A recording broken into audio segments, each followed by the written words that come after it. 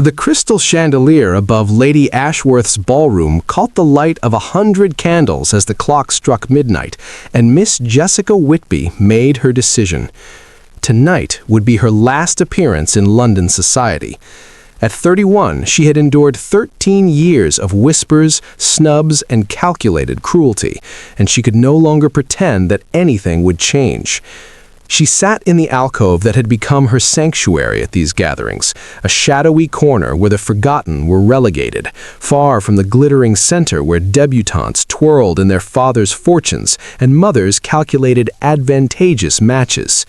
Her plain brown silk gown, carefully mended to disguise its age, seemed to swallow the light rather than reflect it, rendering her nearly invisible among the marble columns and ornamental ferns. "Still clinging to hope, I see."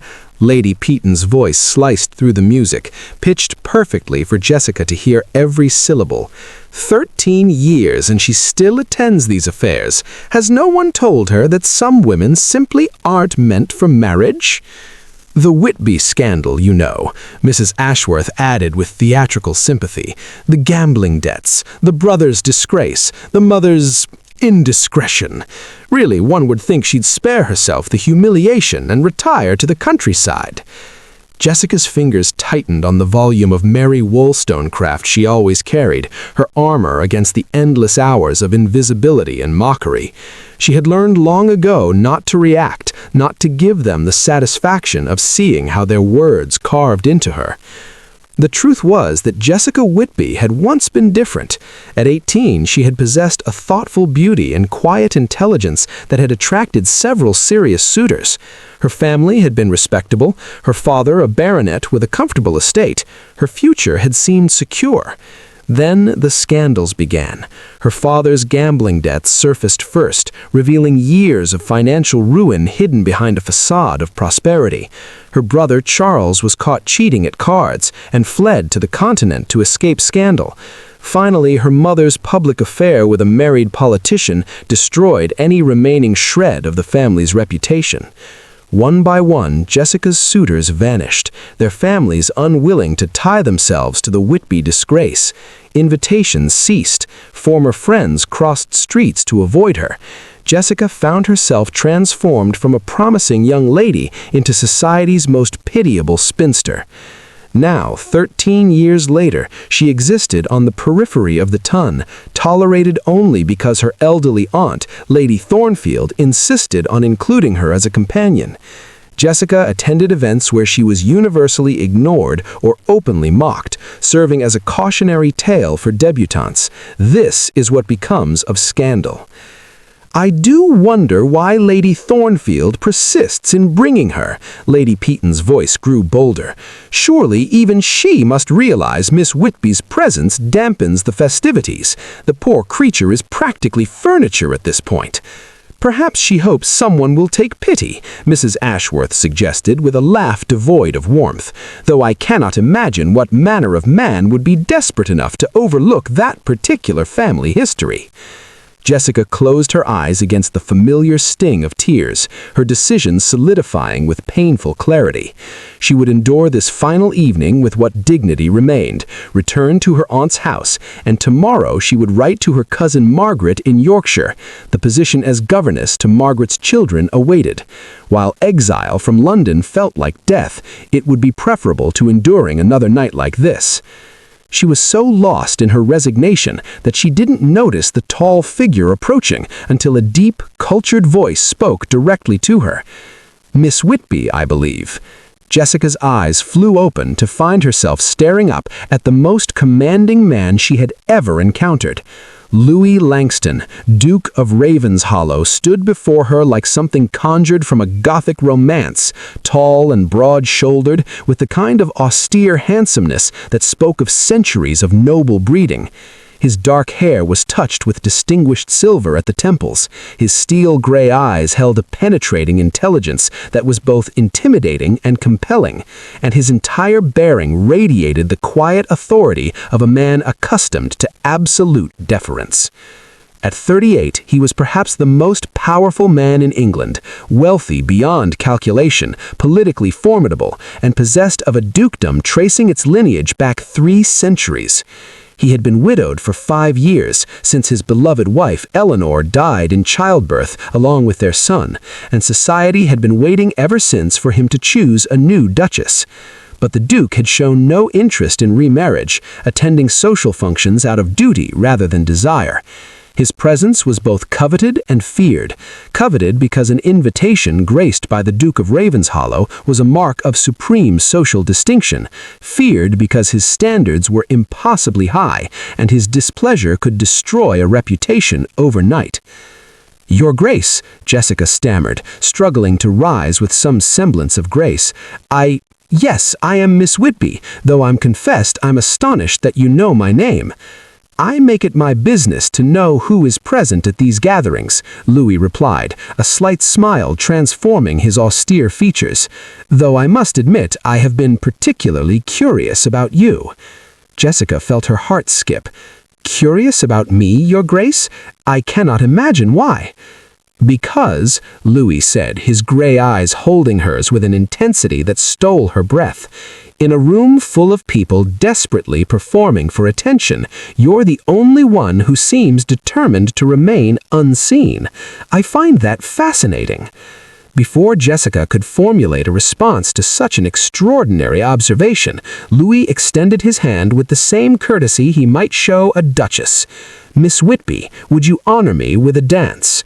The words seemed to echo in the sudden silence that fell over their corner of the ballroom. She was dimly aware that nearby conversations had stopped, that shocked faces were turning towards them, but all of that faded beside the impossibility of what was happening. The Duke of Ravenshollow was asking her to dance.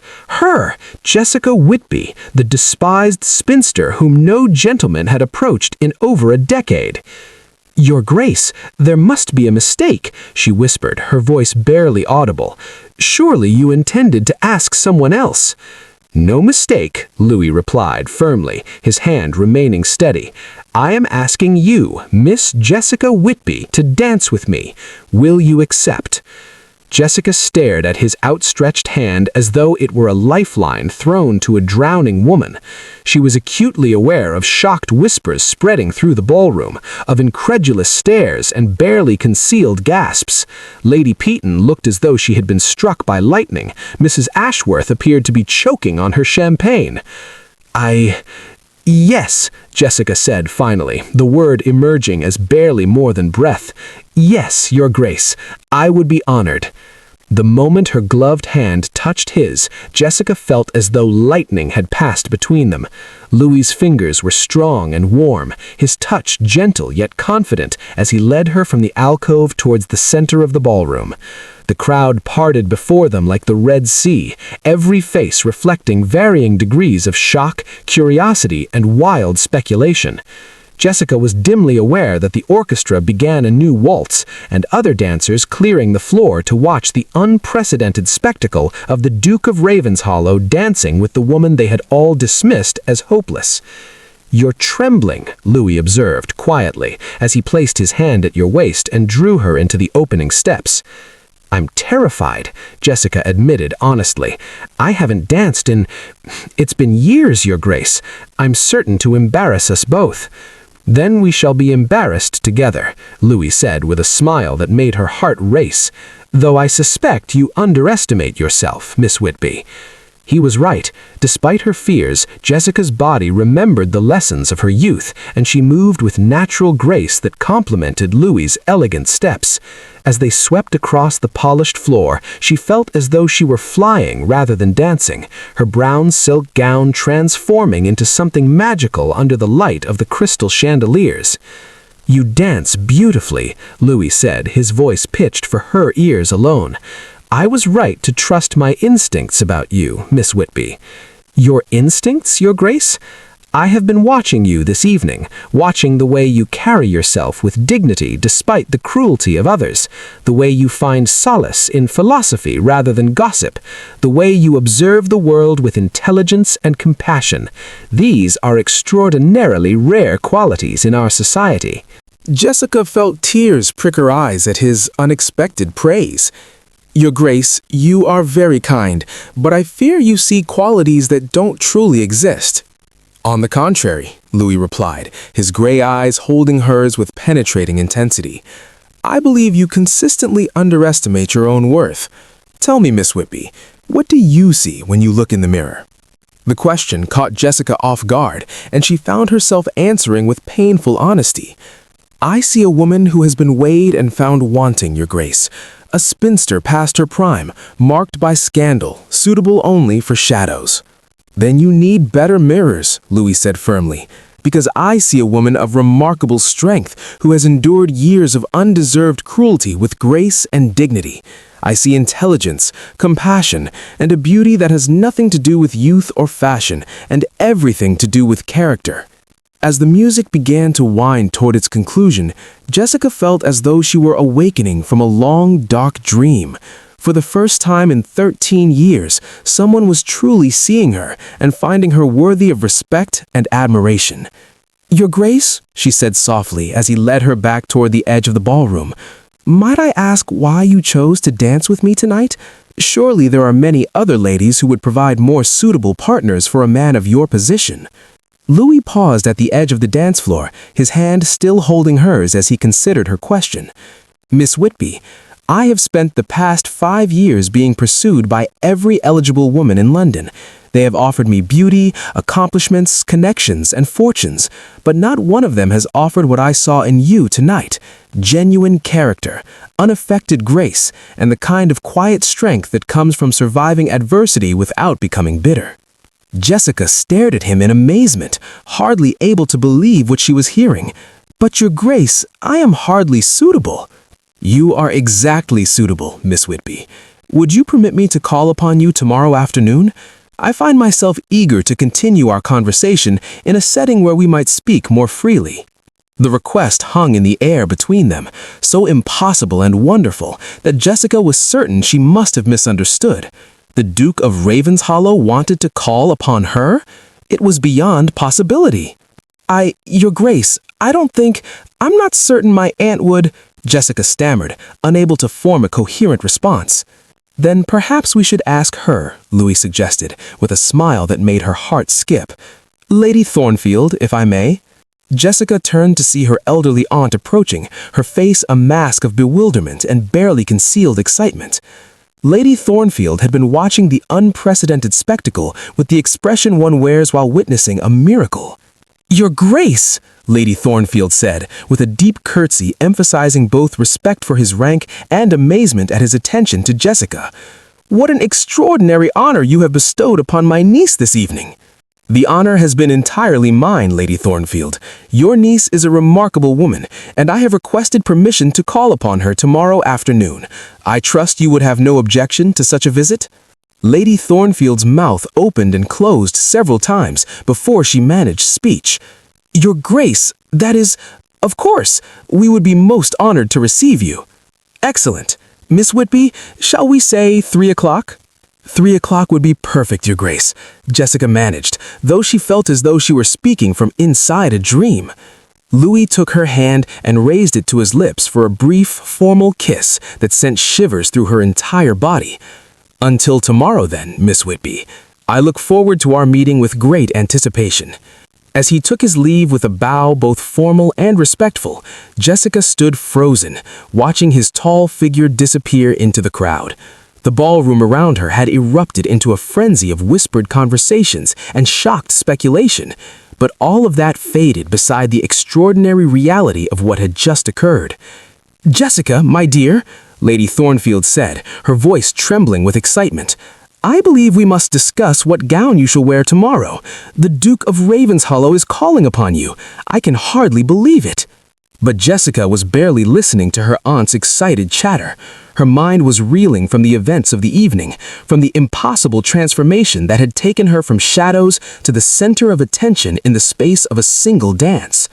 For the first time in 13 years, Jessica Whitby felt visible. For the first time since her youth, she felt valued and desired for who she truly was, rather than dismissed for who she was not. The spinster scorned by high society had somehow captured the attention of the most powerful duke in England, and her life was about to change in ways she could never have imagined. As her aunt led her toward their carriage, still chattering excitedly about the duke's unprecedented attention, Jessica allowed herself to hope for the first time in years that perhaps her story wasn't over after all. Perhaps the most beautiful love story was just beginning. The waltz had ended, but Louis Langston made no move to release Jessica's hand. Instead, he led her slowly around the perimeter of the ballroom, his tall frame a shield against the hundreds of eyes following their every movement.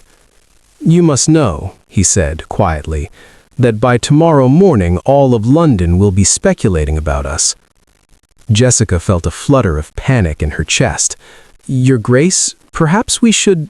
That is, you might wish to distance yourself before the gossip becomes what?" Louis asked, his gray eyes glinting with something that might have been amusement. "Before it becomes known that I find you interesting? Before society realizes I sought you out deliberately?" "But the scandal," Jessica whispered, "my family's reputation is irrelevant to me." His words were firm, brooking no argument. "Your father's gambling debts do not define you, your brother's mistakes are not yours to carry, and your mother's choices have nothing to do with your character." Jessica stopped walking, forcing him to stop as well. Around them, the ballroom hummed with barely suppressed excitement. Every debutante who had harbored hopes of catching the Duke's attention now stared with expressions ranging from confusion to fury. Every mother who had positioned her daughter strategically throughout the evening now watched in disbelief. "Why?" Jessica asked simply.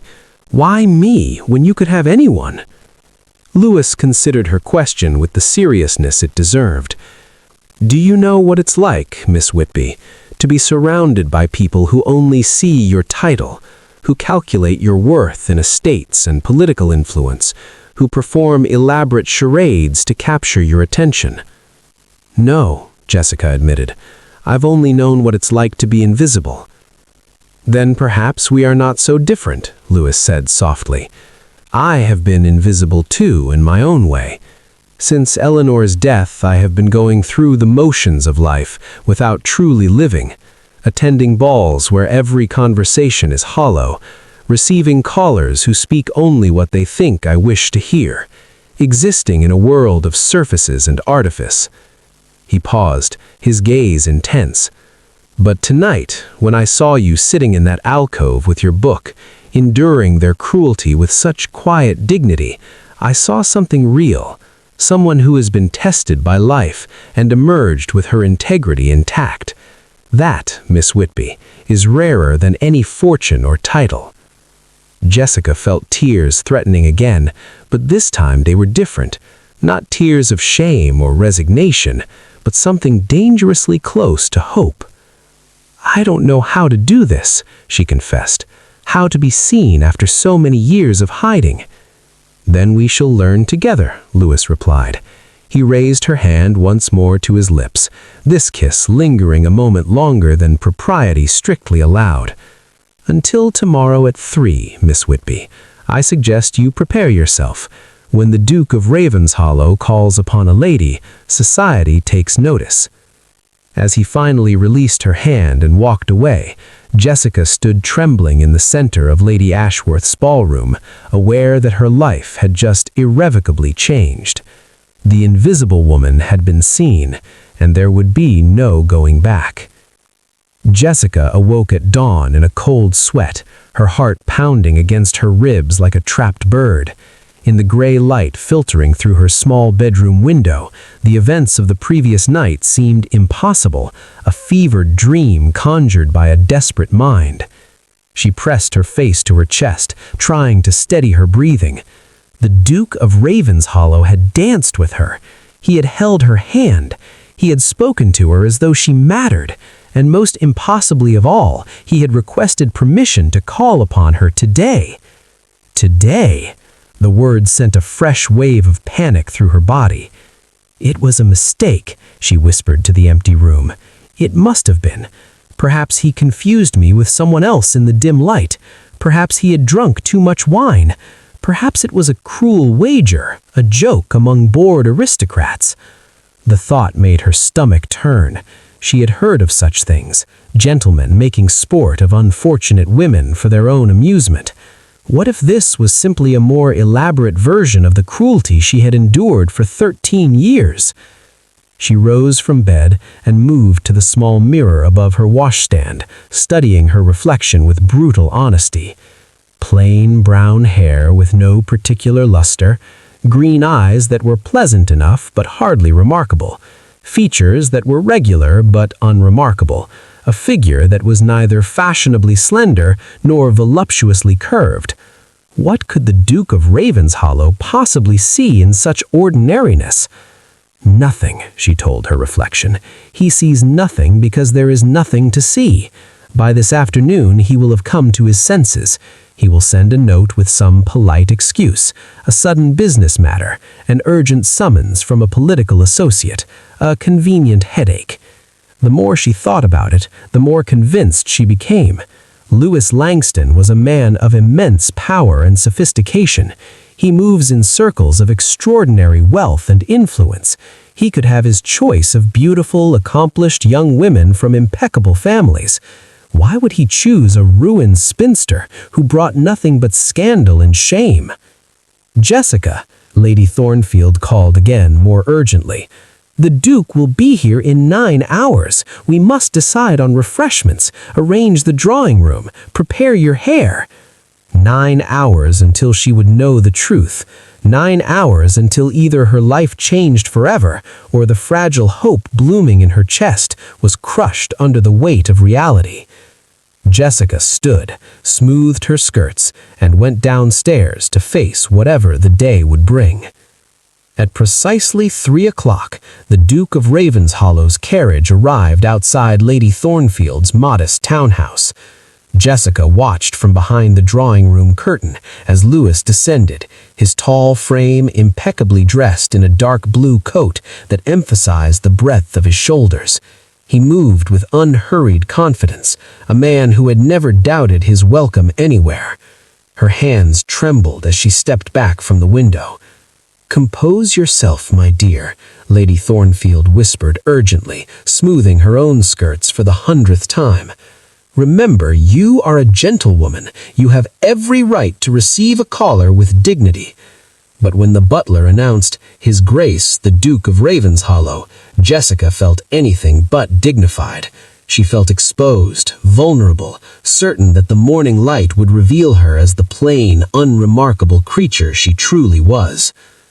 Louis entered the drawing room, and his gray eyes found hers immediately. The intensity of his gaze sent warmth flooding through her body. "Miss Whitby," he said, bowing with perfect courtesy. "Lady Thornfield, thank you for receiving me."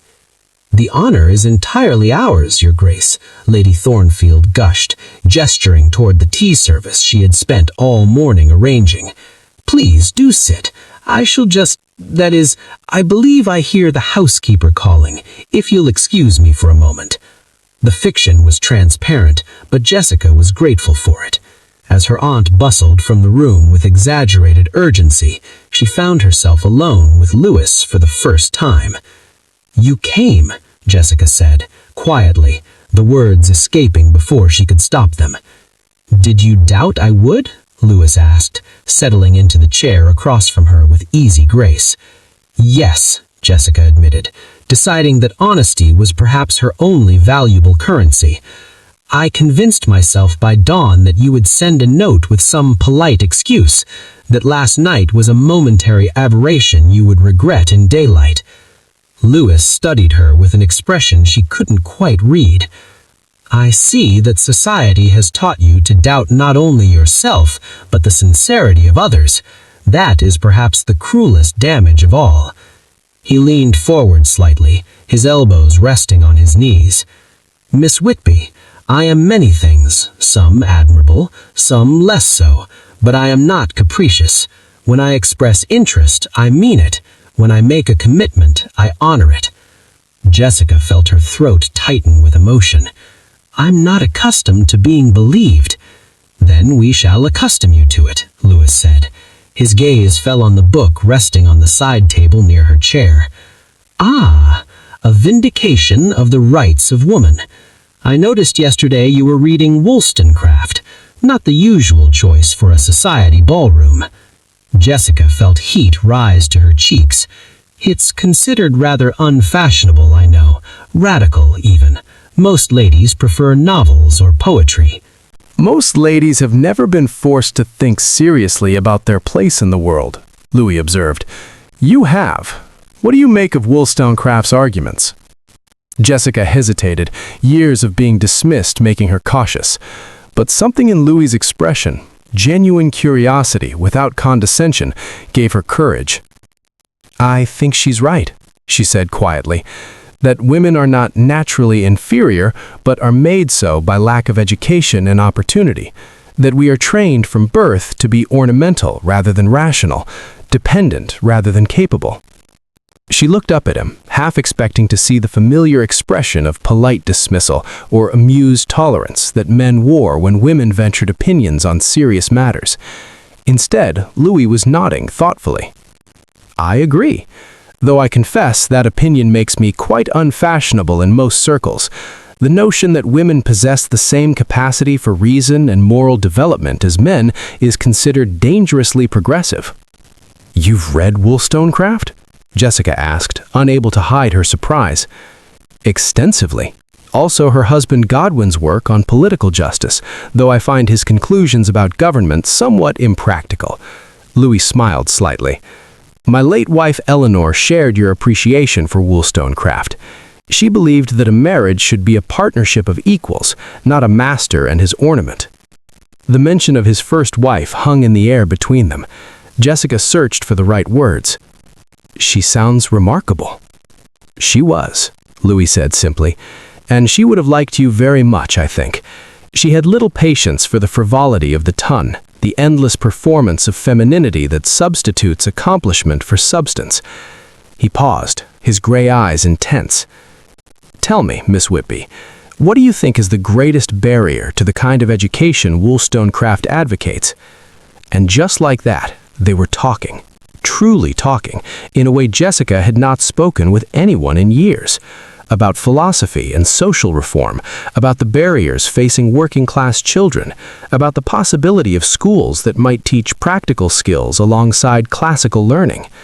Louis listened to her ideas not with patronizing amusement, but with genuine engagement, challenging her assumptions, building on her thoughts, treating her mind as something valuable rather than decorative. Time seemed to dissolve. When Lady Thornfield finally returned with fresh tea, Jessica was startled to discover that nearly 2 hours had passed. As Louis took his leave, he held her hand a moment longer than necessary. "Same time tomorrow, Miss Whitby? I find I have much more to discuss with you." After he left, Jessica sat in stunned silence, her heart pounding with something that felt dangerously like joy.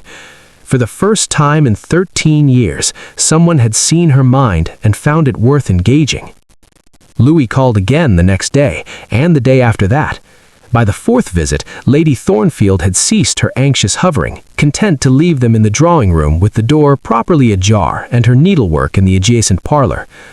On the fifth afternoon, as rain drummed against the windows and gray light filled the modest room, Louis set down his teacup and said quietly, "Tell me about your family, Jessica."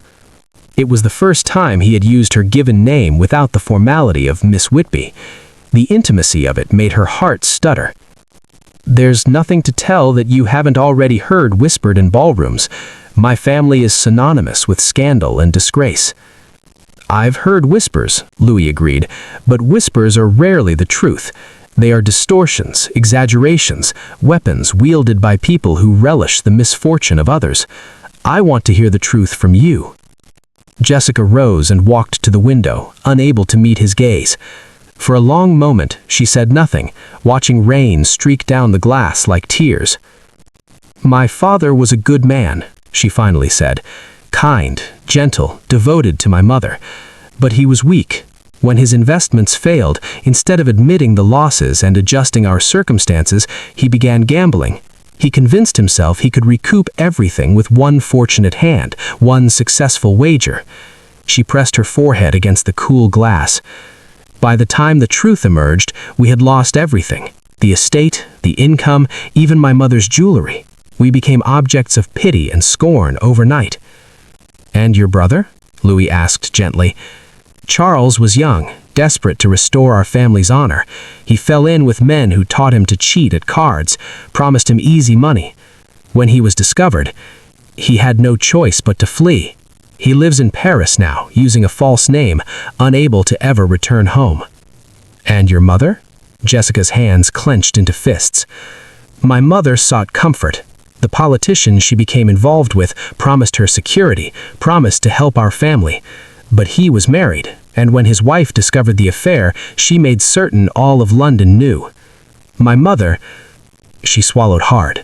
"My mother now lives in Bath, isolated and ashamed. I haven't seen her in 3 years." She turned finally to face Louis, tears streaming down her cheeks. "So you see, Your Grace, I carry the stain of all of it. Financial ruin, dishonor, adultery. No respectable family wants those associations attached to their name. That is why I have spent 13 years invisible. Because I deserve to be invisible." Louis rose and crossed to her in 3 swift strides. Before she could retreat, he took both her hands in his grip firm and warm. "You deserve nothing of the sort," he fiercely said. "Your father's weakness is not yours. Your brother's mistakes are not yours. Your mother's choices are not yours. You are not responsible for carrying the weight of their actions. But society is wrong." His gray eyes blazed with conviction. "I lost Eleanor and our son to childbirth 5 years ago. For months afterwards, I was barely functional. I made questionable decisions, neglected responsibilities, failed people who depended on me. Does that mean my future children should be judged for my period of weakness? No, of course not.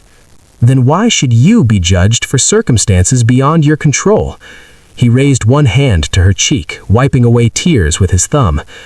"You are not your family's scandal, Jessica. You are a woman of extraordinary intelligence, compassion, and strength, and I will spend however long it takes convincing you of that truth." Jessica stared at him, something breaking open in her chest. For the first time in 13 years, someone saw past the scandal to the person beneath. "I don't know how to believe you," she whispered. "Then I'll simply have to prove it to you. Every day for as long as necessary." "Absolutely not." Jessica backed away from the window where Louis's open carriage waited on the street below. "Your Grace, you cannot be serious." "I am entirely serious," Louis replied calmly, holding her cloak in his hands. "It's a beautiful afternoon, perfect for a drive through Hyde Park." "During the fashionable hour?" Jessica's voice rose with panic. "When all of society parades through to see and be seen? Louis, they will destroy you for being seen with me." He smiled at her use of his given name, which had become natural between them over the past week. "Let them try." "You don't understand," Jessica said desperately. "The whispers, the mockery. It's one thing for you to call here privately, but to acknowledge me publicly in an open carriage where everyone can see is precisely the point." Louis crossed to her and gently draped the cloak over her shoulders. "Jessica, you've spent 13 years hiding in shadows because society deemed you unworthy. I intend to demonstrate in the most public way possible that their judgment is worthless. But my reputation is secure enough to withstand association with a woman I admire. The question is whether you trust me enough to step into the light." Jessica looked into his gray eyes and saw absolute certainty. He knew exactly what he was doing, knew the statement he was making. This was not impulsive or reckless. This was deliberate. "I'm terrified," she whispered. "I know," he said gently, "but I'll be beside you the entire time." The drive to Hyde Park passed in a blur of anxiety. Jessica sat rigid beside Louis in the open carriage, acutely aware that anyone who glanced their way could see her. The Duke of Ravenshollow with the Whitby scandal in broad daylight. As they entered the park and joined the procession of fashionable carriages along Rotten Row, Jessica felt the weight of 100 stares. Conversations stopped mid-sentence. Heads turned. Fans snapped open to hide shocked whispers behind painted silk. "Breathe," Louis murmured, his arm brushing against hers in subtle support. Lady Penton's carriage approached from the opposite direction. Jessica watched the woman's face transform from social pleasantness to stunned horror as she recognized Jessica sitting beside the Duke. "Your Grace," Lady Penton called out, her voice strained. "What an unexpected pleasure to see you." "Lady Penton," Louis acknowledged with a nod that was polite but cool.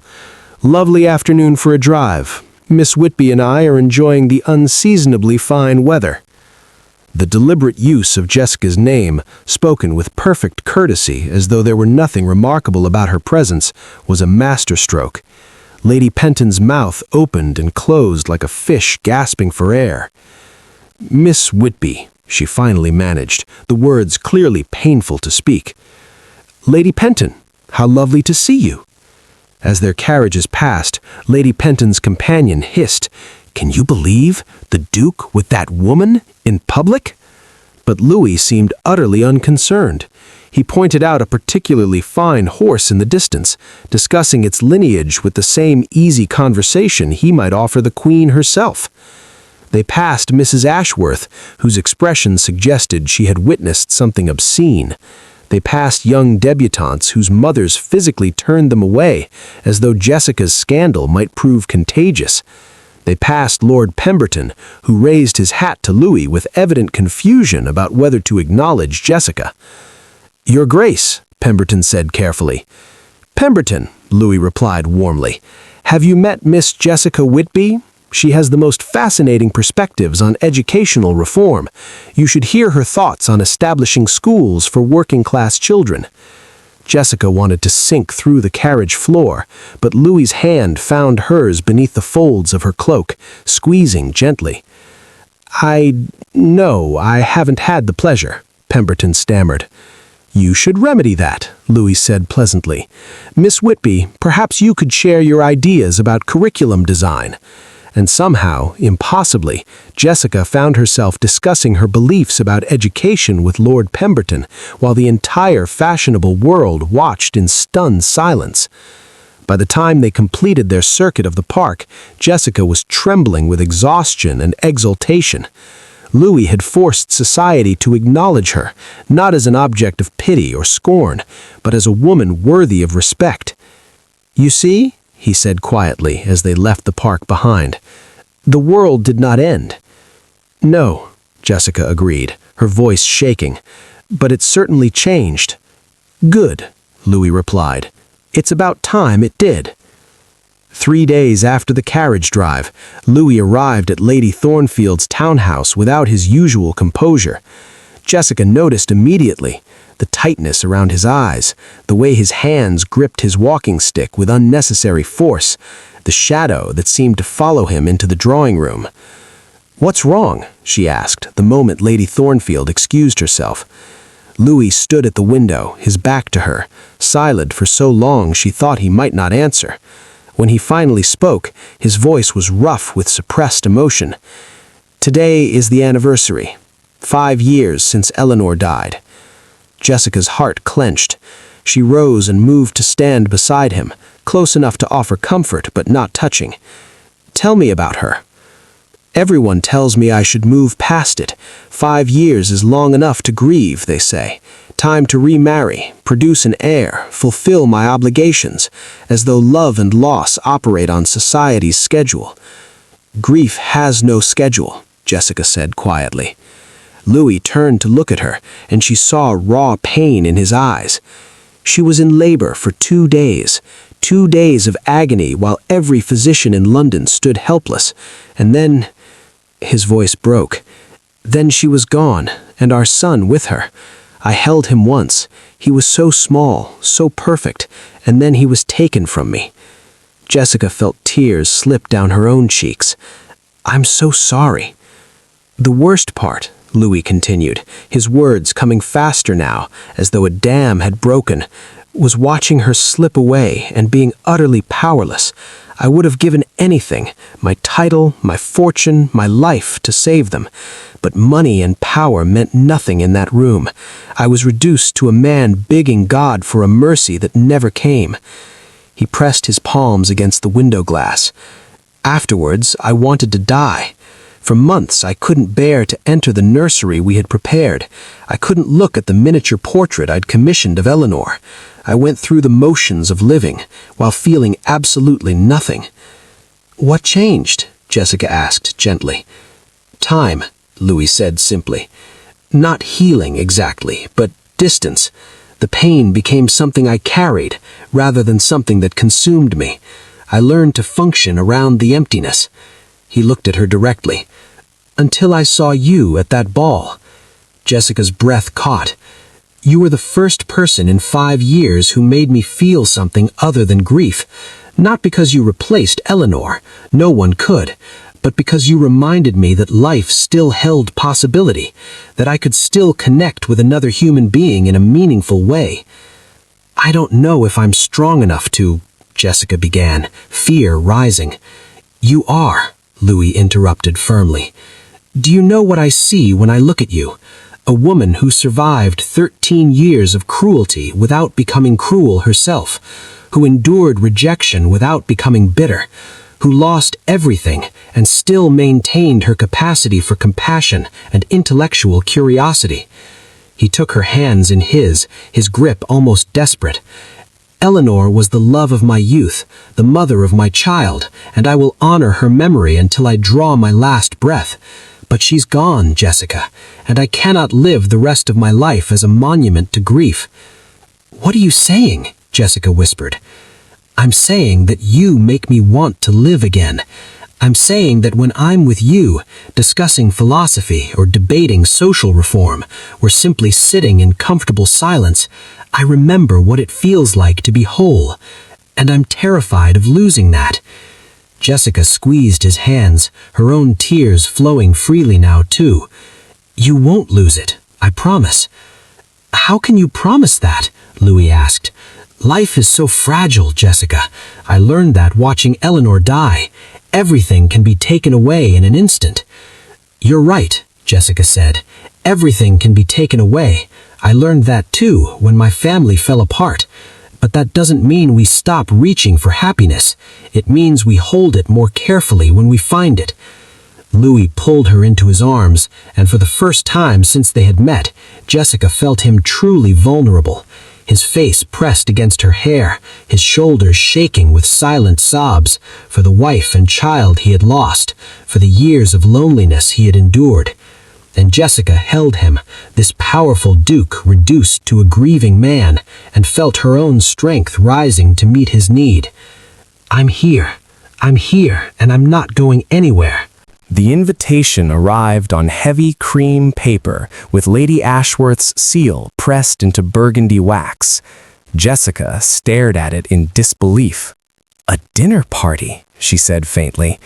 "She's invited me to a dinner party." Lady Thornfield peered over her shoulder, eyes widening. "Not just any dinner party, my dear. Look at the guest list. Lord Chancellor Pemberton, the Home Secretary, 3 members of Parliament. This is a political dinner, the kind where policy is shaped over port and pheasant." "Then why invite me?" Jessica asked, suspicion rising. "Lady Ashworth has despised me for 13 years. Louis, who had arrived for his daily visit, read the invitation with a knowing smile. "Because she's clever. After our very public drive through Hyde Park, she realizes the social winds are shifting. If the Duke of Ravenshollow has declared you worthy of attention, she cannot afford to exclude you." "It could be a trap," Jessica said, "an opportunity to humiliate me in front of the most powerful men in England." "Possibly," Louis agreed, "or it could be an opportunity to demonstrate exactly why I find you remarkable." He met her eyes. "The choice is yours, Jessica. You can decline and remain safe, or you can accept and show them what you're capable of." Jessica looked down at the invitation, her heart pounding. For 13 years she had hidden, accepted invisibility as her fate. But Louis had been slowly drawing her into the light, insisting she had value beyond her family's scandal. Perhaps it was time to prove him right. "I'll need a new gown," she said quietly. The night of the dinner, Jessica sat between Lord Pemberton and Sir Thomas Hartley, the Home Secretary, acutely aware that she was the only woman at the table besides Lady Ashworth. The men had greeted her with polite confusion, clearly uncertain why a woman with her reputation had been seated among them. Louis, positioned across from her, caught her eye and smiled with quiet encouragement. "I understand there's been discussion in Parliament about the Corn Laws," Sir Thomas said, addressing the table at large while pointedly ignoring Jessica's presence. "A disaster waiting to happen," Lord Pemberton replied. "Artificially inflating grain prices helps landowners, but devastates the working poor." "The working poor," Lady Ashworth interjected with a dismissive wave, "will always be with us. One cannot legislate away poverty." Jessica's fingers tightened on her wineglass. She caught Louis watching her, one eyebrow raised in subtle challenge. "Forgive me," Jessica said, her voice cutting clearly through the conversation, "but I must disagree, Lady Ashworth." The table fell silent. Sir Thomas stared at her as though a piece of furniture had suddenly spoken.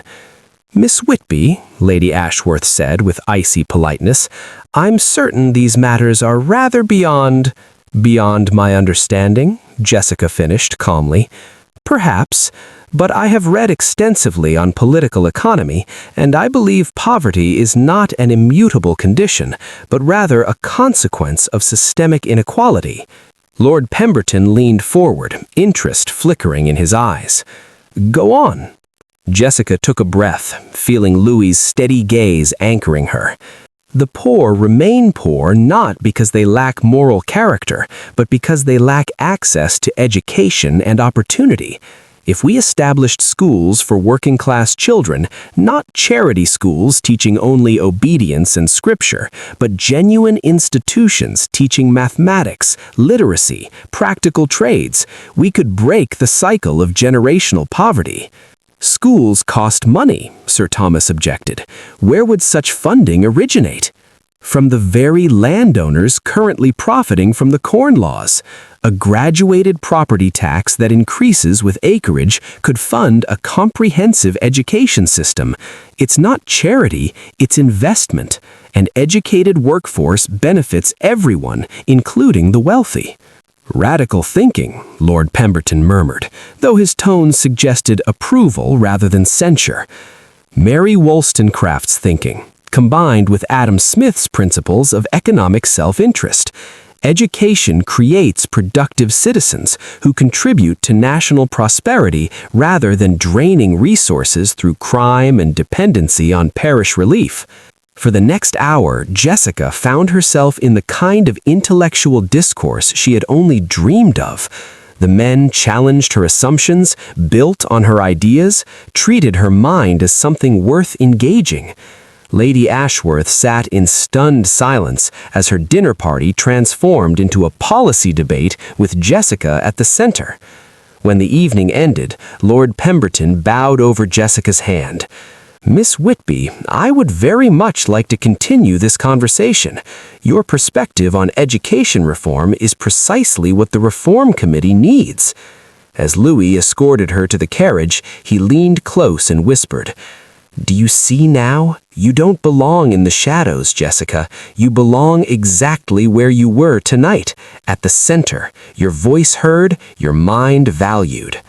Jessica looked back at Lady Ashworth's house, where the woman who had tormented her for years now watched from the window with grudging respect. "I think," Jessica said slowly, "I'm beginning to believe you." Chapter 8. The Proposal. Louis did not call the day after Lady Ashworth's dinner, nor the day after that. By the third day, Jessica felt the familiar panic rising, the certainty that she had overstepped, embarrassed him, proven herself too radical for a man of his position.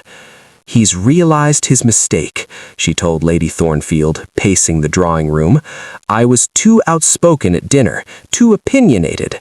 No man wants a wife who debates politics with the Home Secretary." "Perhaps he's simply been occupied with business," her aunt suggested weakly. But Jessica knew better. She had dared to hope, dared to believe she could be more than society's cautionary tale, and now she would pay the price for that presumption. On the fourth evening, as twilight painted the sky in shades of amber and gray, a knock came at the door. Jessica's heart leapt, then plummeted. It was probably a messenger with a polite note explaining that the Duke's attentions had been a temporary amusement. Instead, Louis himself stood in the doorway, holding a single white rose. "May I?" he asked simply. Jessica nodded, unable to speak past the lump in her throat. Lady Thornfield took one look at Louis's face and quietly withdrew, closing the drawing room door behind her, a shocking breach of propriety that Jessica barely registered. "I'm sorry for my absence," Louis said, not sitting but standing before her with unusual formality. "I understand," she whispered. "You've realized that I'm not suitable." "Jessica, stop." Louis took her hands, his grip firm. "For 13 years, society has convinced you that you are not suitable, not worthy, not enough. And every time I think I've begun to break through that lie, you retreat back into it. Because it's what I know. Because hope is dangerous, and disappointment is—" "What if there were no disappointment?" Louis interrupted. He lowered himself to one knee, and Jessica's breath stopped entirely. From his coat pocket, he drew a ring, a simple band of gold set with a single emerald that matched her eyes. "This was my grandmother's ring," Louis said quietly. "Not Eleanor's. That belongs to my memories of her, and always will. This ring represents something new, something I never expected to find again." Jessica stared at him, unable to process what was happening. "I am not asking you to replace Eleanor," Louis continued. "I am asking you to stand beside me as yourself, Jessica Whitby, who survived scandal with dignity, who reads radical philosophy, who debates social policy with politicians, who sees the world not as it is, but as it could be." "Louis," Jessica's voice broke. "I don't love you despite your family's scandal," he said fiercely. "I don't love you despite your 13 years of rejection. I love you because those experiences forged you into a woman of extraordinary strength and compassion. Because you make me want to be better, do better, build a world where no woman is judged by her family's mistakes instead of her own merit." Tears streamed down Jessica's face. "You love me?" "Desperately," Louis said.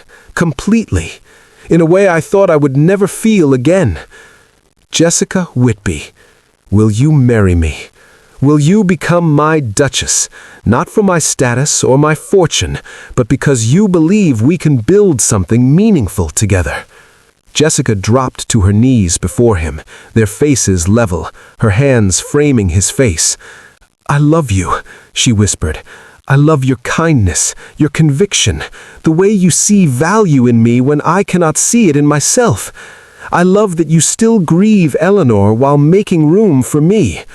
I love that you want to change the world, and that you think I can help you do it." "Is that a yes?" Louis asked, his voice rough with emotion. "Yes," Jessica said, laughing through her tears. "Yes, 1,000 times yes." Louis slipped the ring onto her finger, then pulled her into his arms, holding her as though she were infinitely precious. "My Duchess," Louis murmured against her hair. "My remarkable, brilliant, beautiful Jessica." "I'm terrified," she admitted. "I don't know how to be a duchess." "Then we'll learn together," Louis said, "just as we've learned everything else." He kissed her then, soft and reverent, a promise of all the years to come. When they finally drew apart, Jessica looked at the emerald gleaming on her finger and felt something she had not felt in 13 years. She felt worthy. "What happens now?" she asked. Louis smiled. "Now we announce our engagement to society and watch them scramble to revise their opinions of you. Now we plan a wedding.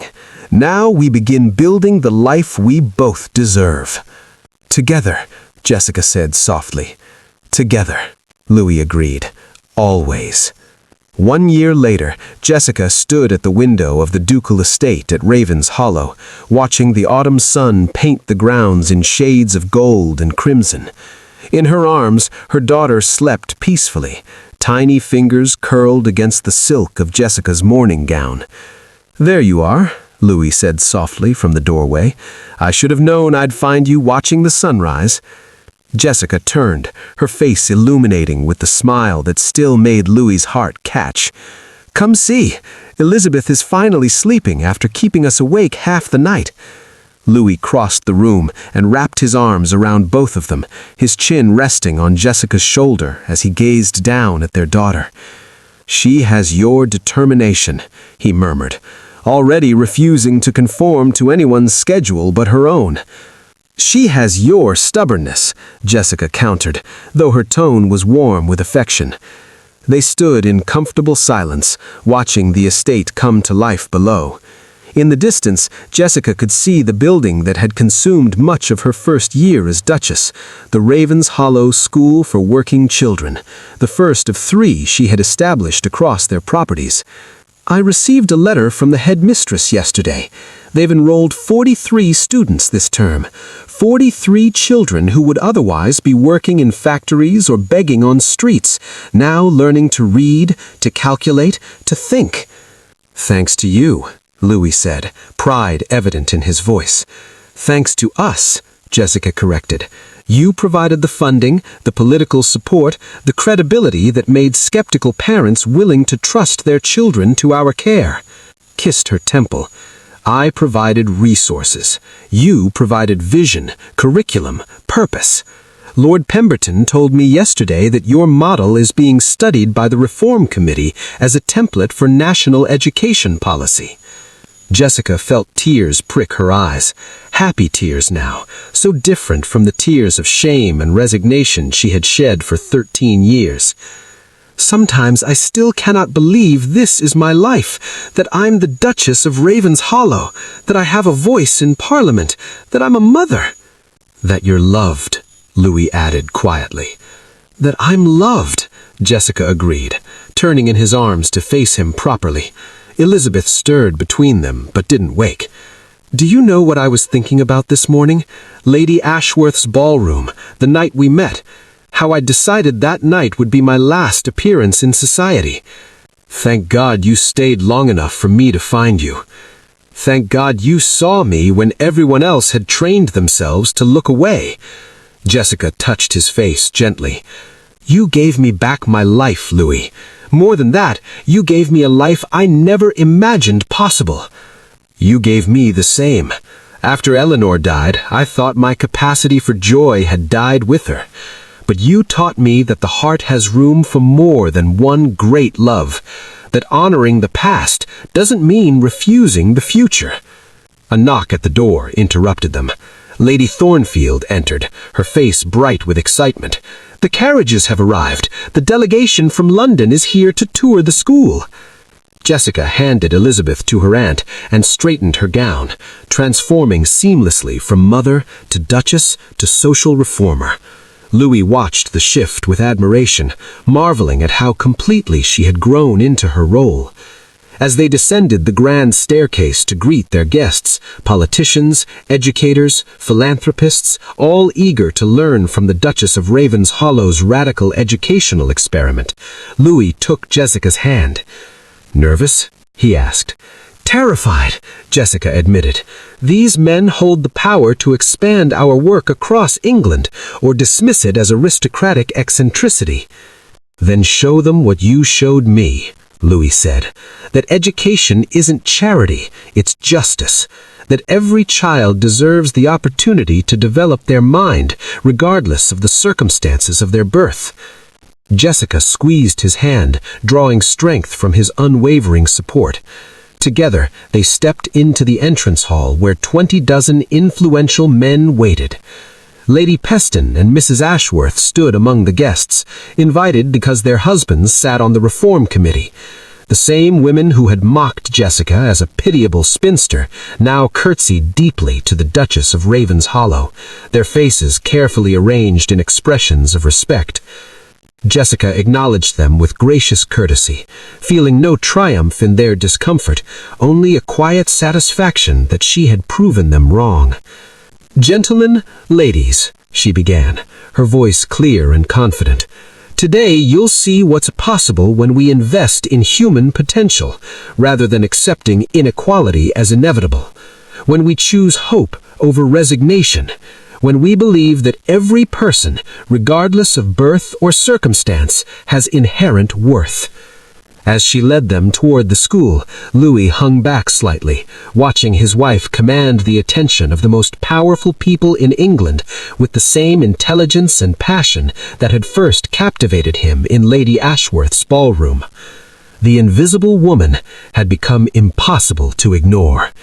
The spinster society rejected had become the Duchess shaping policy, and the woman who had once believed herself unworthy of love had built a legacy that would outlast them all.